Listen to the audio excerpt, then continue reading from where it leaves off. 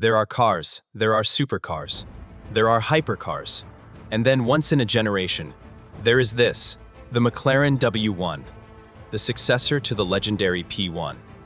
Over a decade in the making, 399 units, all already sold. And right here, right now, we have the keys. Humtinking. To understand what the W1 is, you first have to understand what it had to be. McLaren doesn't hand out the number 1 lightly. The F1 to 1992, the P1 to 2013, and now, in 2025, 3 cars in over 30 years. That is what 1 means at McLaren.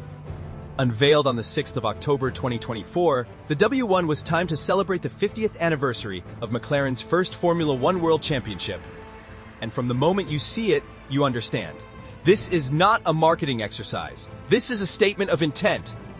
McLaren spent 8 years developing the W1, 8 years, every component, every system, designed from a blank sheet of paper. The result? 1,258 horsepower. 0 to 62 miles per h are in 2.7 seconds. A top speed of 217 miles per h/r. And a power-to-weight ratio of 911 PS per ton, a number that borders on the obscene. But numbers never tell. The first thing that strikes you is how purposeful this car looks. There is no excess here. No chrome flourish or theatrical gesture for its own sake. Every single surface is doing a job. Pause. Up front, the W1 has a narrow, scalpel-sharp face. The active front splitter adjusts in real time, managing aerodynamic balance depending on your speed and driving mode. McLaren calls this part of the Aerocell architecture, their most advanced carbon fiber monocoque ever built. Pause. Along the flanks, McLaren's iconic anhedral doors rise upward and inward. Like nothing else in the automotive world, they are not just theater. Integrated aero blades behind the front wheels channel air efficiently around the body, reducing drag while boosting downforce. Pause. The side pods, inspired directly by the Make 38 Formula One car, work in harmony with the exterior surfaces to guide airflow precisely where McLaren's engineers want it. Pause. But the rear, this is where the W1 truly reveals its am. At the core is the all-new MHP-8 engine. A 4-liter, twin-turbocharged, flat-plane crank V8. Not a carryover. Not an evolution. Entirely new.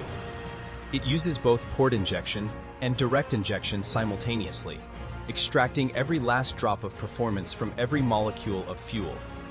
On its own, the combustion engine produces around 915 horsepower, revving all the way to a stratospheric 9,200 revolutions per minute. Pause. But McLaren doesn't stop there. B. The E-module, a radial flux electric motor mounted beside the 8-speed dual-clutch transmission, contributing an additional 347 horsepower through the rear wheels. The battery, a 4.98 megajoule unit, is engineered for rapid power delivery, not range. You get approximately 1.6 miles of pure electric driving. Because that is not the point. The point is throttle response. The electric motor fills the gaps. Those infinitesimal moments where a turbocharged engine is gathering breath, with instant, aggressive torque. The power delivery feels like nothing you have experienced before. Seamless, relentless, almost violent. Power flows through an 8-speed dual-clutch transmission, integrating an E-differential McLaren's electronically controlled differential that manages torque split between the rear wheels, with Surgic. Precision. And the thermal management is equally extraordinary. 3 separate water glycol circuits, 4 radiators for the engine, a dedicated hybrid cooling circuit, 10 heat exchangers in total. Second generation dielectric immersion cooling. This is engineering at the highest possible level. Total system output, 1,275 PS. 1,340 Newton meters of torque, 0 to 62, 2.7 seconds. 0 to the McLaren Aerocell. Their new carbon fiber monocoque is aerodynamically integrated from the ground up. The floor and footwell are positioned higher than in the P1, specifically to improve underbody airflow and create ground effect aerodynamics. This is not aero-bolted on top. It is built into the car's fundamental architecture. The suspension system is Formula One derived. Adaptive dampers with race, geometry tuning designed to keep the tires planted and the driver constantly informed. Hydraulic steering, not electric, because McLaren insists on real feedback through the wheel. Real connection, real feel. Pause. Stopping this car demands serious hardware. McLaren's carbon ceramic racing, plus brakes. 390mm front, 380 rear, with F1-style brake cooling ducts. From 62 miles per HR to 0 in just 95 feet. Extraordinary. Pause. And when the active longtail's rear wing deploys in its most extreme position, it functions as an air brake, a system lifted directly from McLaren's motorsport program. Isn't beat. All of this performance is delivered exclusively through the rear wheels. No, all-wheel drive safety net.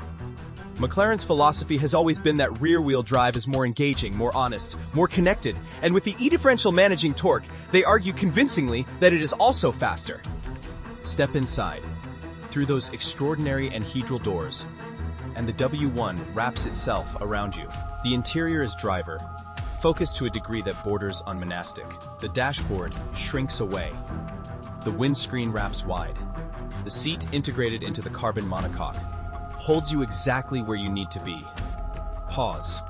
One of the most fascinating details is McLaren's new InnoKnit material, the world's first application in a production car. An infinitely flexible, seamlessly integrated, super-light fabric that incorporates both interior lighting and sound components beneath a single surface. It saves weight without compromising feel or finish. The innovation here is genuinely remarkable. The steering wheel is flat-bottomed, loaded with controls. The gear paddles are large and deeply satisfying. McLaren has integrated a modern infotainment system, but wisely, the emphasis remains on analog driving feel, enhanced by digital precision rather than replaced by it. And the sound. That flat plane crank V8 screaming toward 9,200 revolutions per minute is unlike anything produced by a modern turbocharged engine. There is a rawness, a sharpness, an almost naturally aspirated quality to the top end of that rev range. It will stay in your memory for years. In road mode, the W1 is surprisingly civilized. The adaptive suspension softens, the aerodynamics sit quietly, and the car flows down a winding road with a fluency that utterly belies its capability. The steering tells you everything about what the front tires are doing. The throttle response, boosted by that electric motor, is immediate in a way no pure combustion engine can match. Pause. Then you press the button. Beat. Race mode transforms everything. The suspension stiffens dramatically. The active long tail extends. 1,000 kilograms of downforce loads the car onto the road. And the throttle? You push it, and the W1 simply explodes. Pause. 2.7 seconds to 62 miles. Per HR is a number, but living it, feeling your neck compress against the headrest, watching the horizon blur, that is something else entirely. On track, this car is a masterclass in balance. Rear-wheel drive, 911 PS per ton. Ground effect aerodynamics. And yet, it rewards skill rather than punishing it. The E-differential means that when you are pushing hard through a fast corner, the car rotates exactly as intended, the rear finding grip with a precision that seems impossible for something this powerful. The brakes are ferocious and fade-free. Hour after hour on track, they do not complain. And the rear wing, deploying as an air brake under heavy deceleration, adds a layer of stability that makes the W1 more confidence-inspiring than it has any right to be. This is not a car to be feared. It is a car to be learned, and the deeper you go, the more it rewards you. In the rarefied air of seven-figure hypercars, the W1 faces serious rivals. Ferrari's answer is coming. Lamborghini's hybrid flagship looms on the horizon. At around $2.1 million, the W1 is more accessibly priced than some of its anticipated competitors. Though, with 399 units already spoken for, accessibility is a relative concept. What sets the W1 apart is McLaren's obsessive focus. Weight, aerodynamics, driver connection. Where other manufacturers seek broad appeal, grand touring comfort alongside track capability, McLaren makes no such compromise. The W1 is designed to be the fastest, most engaging, most deeply connected driving experience possible on a road. 8 years of development, a new engine, a new monocoque, new aerodynamics, new transmission, a new hybrid system. The W1 is not an evolution of the P1. It is a complete reimagining of what the McLaren Ultimate car can be. Beat. Is it perfect? Almost. The electric-only range of 1.6 miles is symbolic at best, though entirely intentional. The interior, while beautifully focused, offers less luxury than some rivals at this price point, and the ride, even in comfort mode, is firm. Pause. But these are the deliberate compromises of absolute commitment to a purpose, and that purpose, creating the ultimate driver's hypercar, is achieved. The McLaren W1 is the finest road car McLaren has ever built. It may be the finest road car McLaren will ever build.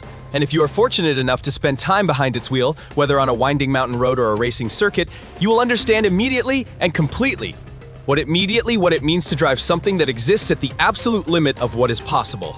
This is not just a car. This is a testament to what happens when engineers refuse to accept anything less than extraordinary. McLaren W1, 1,258 horsepower, 2.7 seconds to 62. 399 units, all sold. I would say get in line, but the line is already gone. If you want more hypercar content like this, and trust me, there's a lot more coming, smash that subscribe button. Drop a comment below. Would you choose the W1 over the competition? And if you enjoyed today's video, share it with someone who appreciates what real engineering looks like. I am for Hyperlux Supercars. Drive hard, drive smart, and we'll see you at the next one.